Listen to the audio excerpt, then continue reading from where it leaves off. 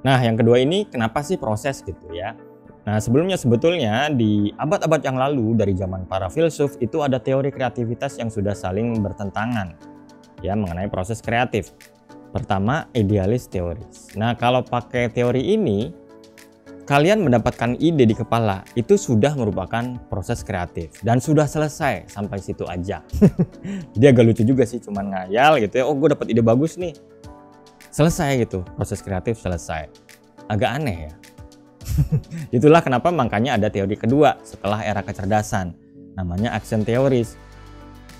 Di sini dinyatakan bahwa perwujudan dari ide kreatif juga merupakan hal yang penting. Jadi namanya ide kreatif itu harus bisa diwujudkan, bukan cuma di kepala aja. Kalau di kepala aja prosesnya belum selesai. Lagi pula saat kita mendevelop sebuah ide kreatif menjadi kenyataan gitu ya, mau dibentuk menjadi sebuah desain atau sebuah musik, lagu atau apapun itu saat kita mendevelop ide tersebut biasanya ada aja masukan, ada feedback atau kita punya inspirasi yang baru gitu ya untuk membuat karya tersebut jadi lebih baik. Nah, itu juga dipertimbangkan di action theories ini, sementara kalau di idealis enggak. Makanya di buku referensi yang saya temukan, setelah era studi kecerdasan, teori idealis dinyatakan kurang tepat atau salah ya, karena kreativitas hanya bisa dianalisa ya, dijelaskan itu kalau ada hasilnya gitu, bukan cuman yang di dalam kepala gitu ya. Nah, di kelas yang pertama itu sudah saya jelaskan ya.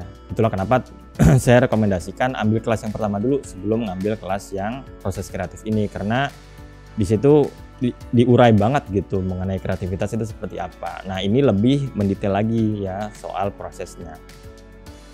Nah, yang di sini saya lebih ke proses. Kenapa? Saya pikir juga lebih berguna sih untuk teman-teman sekalian ya, karena untuk mencari ide, kemunculan ide baru yang unik, yang berbeda, yang orisinal itu di sini saya tekankan di sini ya. Makanya nanti akan ada persepsi, ya ada atensi, ada imajinasi. Nah, itu semua sebetulnya buat peningkatan ide ya, peningkatan pemunculan ide.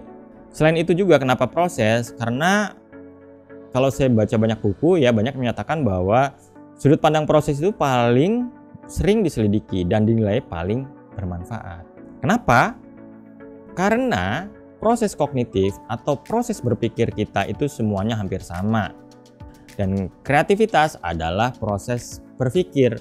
Jadinya kalau kita dapat proses berpikir kreatif yang bagus, ya misalnya ala Einstein, ala Picasso, ala Beethoven, ala Leonardo da Vinci, nah itu bisa kita tiru gitu ya. Dan kalau memang akurat ya, mungkin bisa jadi nanti kita bisa memunculkan orang-orang jenius yang baru yang mendekati mereka lah. Kalau seperti mereka identik kan nggak mungkin ya. Tapi yang jelas cara berpikir mereka tuh untuk mencapai bisa menghasilkan karya seperti itu bisa kita dekatin. Itulah kenapa ini yang saya ambil. Ya, selain itu juga kalau perspektif lain kayak perspektif press atau konteks gitu, itu kan melihat gimana kita lahir di negara mana, dari keluarga siapa, itu semua memang berpengaruh pada kreativitas sebetulnya, bisa berpengaruh. Cuman kan itu takdir yang nggak bisa dipilih gitu ya. Kalian perempuan atau kalian laki-laki itu juga nggak bisa dipilih takdirnya, dan itu bisa berpengaruh pada kreativitas sebetulnya. Kalau di kelas pertama udah saya bahas ya. Tapi kan nggak bisa ditiru ya. Kalau kalian cowok mau jadi cewek gitu ya bisa sih sekarang ya pakai operasi. Tapi kayaknya ngapain gitu ya. Dan itu kalau terkait dengan konteks kreativitas kayaknya nggak ngaruh deh. Yap. Nah, mengenai proses kreatif tentu saja kita nggak bisa luput dari yang namanya otak ya kan, karena proses kreatif itu kan terjadinya di dalam otak. Nah, di tahun 1950-an para ilmuwan tuh ngira-ngira gitu, kayaknya sih antara otak orang kreatif ya, antara otak orang jenius dengan orang biasa gitu, itu tuh ada perbedaan secara fisik. Ya, mereka curiganya seperti itu. Einstein saat itu merupakan ilmuwan hebat ya. Jadi dilakukan sejumlah percobaan terhadap dia gitu. Misalnya ditempel ya kayak gitu ya. Terus coba dong mikirin soal teori apa gitu misalnya ya. Terus nanti dilihat gitu ya.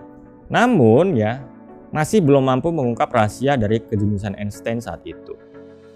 Jadi secara aktivitas otak itu nggak berbeda antara Einstein dengan saya, dengan kalian teman-teman ya. Sebetulnya di dalam otaknya tuh nggak ada yang berbeda secara aktivitas. Jadi coba Ten lagi ya Einstein sih ya. Coba tolong Einstein mikirin teori gravitasi gitu atau teori relativitas. Itu aktivitasnya sama saat seperti kayak kita memikirkan suatu rumus atau suatu hal lain gitu ya, atau suatu masalah tertentu, itu hampir sama. Jadi nggak ada yang jauh beda lah gitu ya di dalam kepala si Einstein. Nah, nggak cuman penasaran pada aktivitas otak Einstein, para ilmuwan dulu juga penasaran pada wujud fisik dari otak Einstein itu sendiri. Gimana sih, ada nggak sih bedanya ya? Nah, di tahun 1955, nah ini nih Dr. Harvey. Terus ada dua versi sih kalau saya bacanya. Ada yang bilang memang Einstein menyerahkan otaknya untuk diteliti gitu ya. Ada yang bilang diam-diam dikeluarin gitu. Jadi Einstein mintanya mayatnya dikremasi gitu ya. Jadi sebelum dikremasi dia mengeluarkan otak Einstein gitu, si Dr. Harvey ini. Jadi nggak tahu saya mana yang benar, tapi kalau di banyak media sih ini yang saya temukan ya. Dia ngambil diam-diam gitu, yang kemudian ya disimpan di sebuah cairan gitu ya untuk mengawetkan otaknya. Dan kemudian juga diiris 240 bagian ya, dibagi-bagi kepada beberapa ilmuwan untuk dicek nih otak Einstein nih otak Einstein, coba deh diteliti ya pada saat itu. Nah, kemudian diteliti oleh para ilmuwan tersebut ya. Dan akhirnya sampai pada satu titik dia menyadari bahwa keilmuan otak di tahun 1950-an itu nggak sanggup untuk meneliti sejauh itu gitu, untuk meneliti perbedaan yang dalam gitu ya. Akhirnya dibalikin sih katanya, kalau baca beritanya tuh ada dia membalikin otak Einstein ke kampusnya Einstein gitu, Princeton atau apa gitu ya universitasnya. Nah, hasil penelitiannya juga nggak terlalu menghasilkan hal yang berbeda gitu ya. Paling cuman beda berat otak Einstein. Berat otak Einstein tuh 1,23, sedangkan berat otak orang dewasa itu rata-rata 1,4. Terus glial cellsnya lebih banyak ya. Itu aja bedanya sih sebetulnya. Nggak ada yang lain gitu secara fisik. Terus tahun 2012 juga temukan semua bagian korpus Einstein lebih tebal daripada orang rata-rata. Baru tahun 2012 ketemu ya bahwa corpus callosum itu bagian tengah otak tengah yang berhubungan antara otak kiri dan otak kanan. Itu ternyata lebih tebal daripada orang rata-rata. Ini juga bukan lepas dari kritik ya. Ada yang mengkritik nggak bisa gitu menyimpulkan begitu saja. Karena yang dibandingkan ya, jadi otak Einstein itu dibandingkan dengan 11 otak lain yang rata-rata 12 tahun lebih muda umurnya. Jadi ya mungkin aja beratnya beda gara-gara beda 12 tahun gitu kan. Terus nggak dibandingkan dengan otak orang jenis lain yang keahlian fisikanya minimal mendekati Einstein. Jadi nggak fair gitu loh. Kalau mau lihat otak fisikawan ya coba ada beberapa juga yang otak fisikawan tuh seperti apa gitu ya. Nah itu enggak, tapi dibandingkan dengan ya mungkin nggak mendekati Einstein gitu. Jadinya bisa jadi ini sangat tidak akurat.